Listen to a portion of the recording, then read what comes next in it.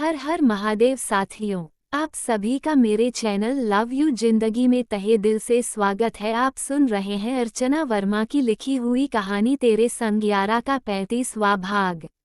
अब तक आपने सुना कि प्रणव अपने इन्फॉर्मर से परीक्षित की पूरी इन्फॉर्मेशन ले चुका था और अब पलक की बारी थी। अब बारी मिस पलक की। इन्फॉर्मर ने दूसरी फाइल प्रणव के सामने रखते हुए कहा। प्रणव सीधा होकर बैठ गया। मिस पलक सिंह राजपूत और परीक्षित सिंह की शादी पूरी तरह से अरेंज मैरिज थी।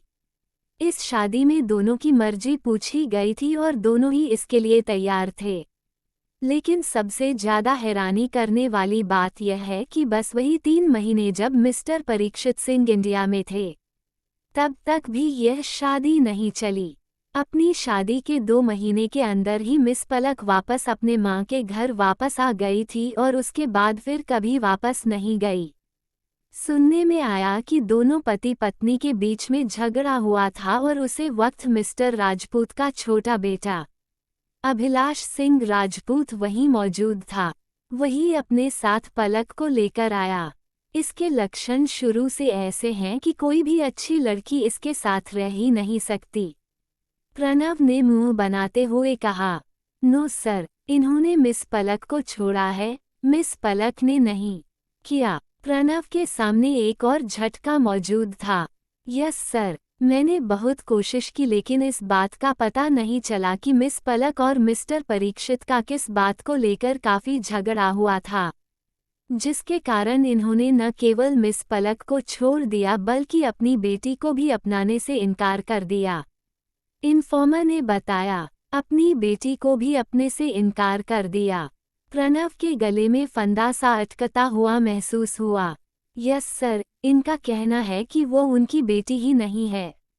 मुझे तो लगता है कि शायद यही बात रही होगी, जिसके कारण इन दोनों के बीच में झगड़ा हुआ होगा। शायद परीक्षित सिंह ने मिस राजपूत के कैरेक्टर पर उंगली उठाई होगी और मिस राजपूत के साथ साथ उनके भाई को ये बर्दाश्त नहीं हुआ होगा। लेकिन यहाँ पर एक बात और समझ में नहीं आ रही है, वो ये है कि शुरुआत में तो राजपूत फैमिली ने मिस पलक को बहुत सपोर्ट किया, लेकिन बाद में मिस्टर राजपूत ने भी मिस पलक को घर से निकाल दिया। इस सनकी की बातों में आकर अपनी खुद की बेटी को घर से निकाल दिया। कैसे पेरेंट्स है। यस सर, यहाँ पर भी बातें उनकी बेटी को लेकर ही है। पूरी फैमिली मिस पलक को वापस अपनाने के लिए तैयार है, लेकिन उनकी बेटी को अपनाने को तैयार नहीं हो रही।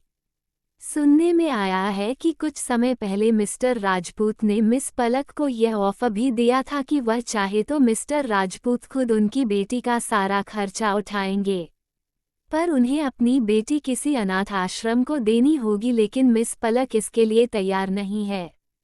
इन्फॉर्मर ने बताया, क्या कर रहे हैं मिस्टर राजपूत? प्रणव को अचंभा सा लगा।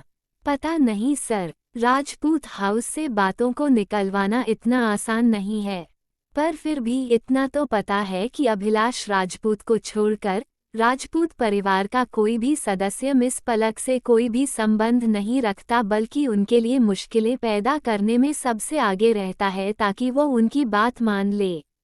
ये रही उनकी बेटी की तस्वीर।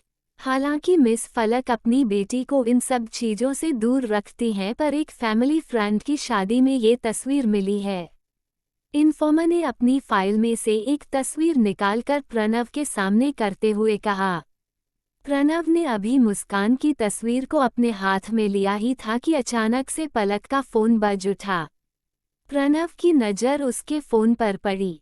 वॉल स्क्रीन पर लगी हुई तस्वीर को देखकर एक पल के लिए चौंक गया।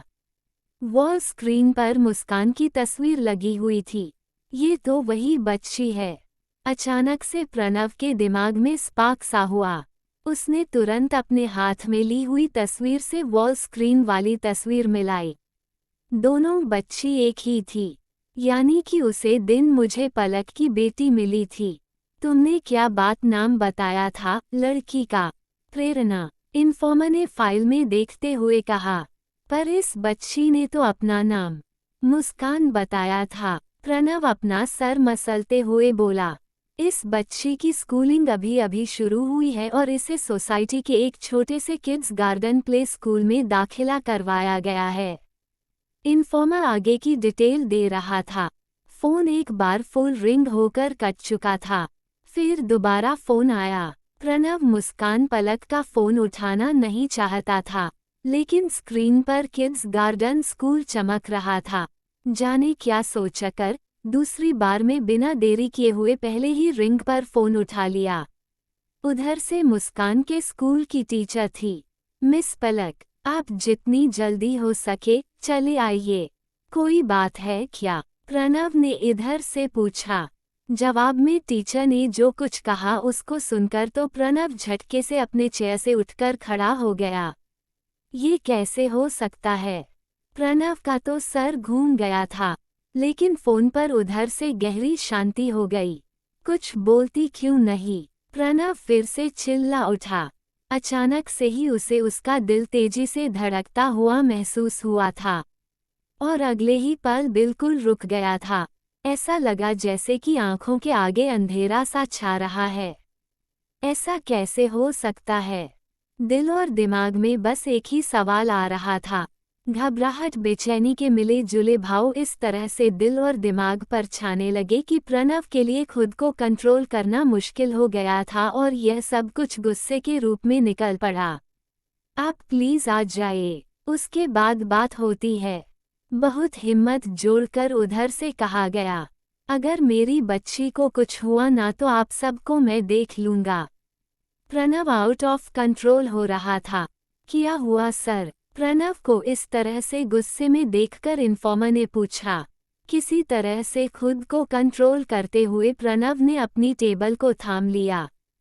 चोट तुझको लगी, दर्द मुझे हो रहा, तकलीफ में तुम गई, दिल मेरा डूब रहा, पर मैं समझ नहीं पा रहा तेरा मेरा रिश्ता। क्या यही है जिंदगी? तेरे संग यारा। जब इतना गहरा एहसास था तो फिर दोनों अलग क्यों थे? और क्यों पलक प्राणों को पहचानती भी नहीं थी? जानने के लिए बने रहे अगले भाग तक। तब तक के लिए वीडियो को लाइक और चैनल को सब्सक्राइब करना मत भूलिएगा। खुश रहिए, स्वस्थ रहिए, हंसते मुस्कुराते रहिए और यही YouTube पर मिलते रहिए। मिलते हैं अगले भाग के साथ। हर हर महादेव।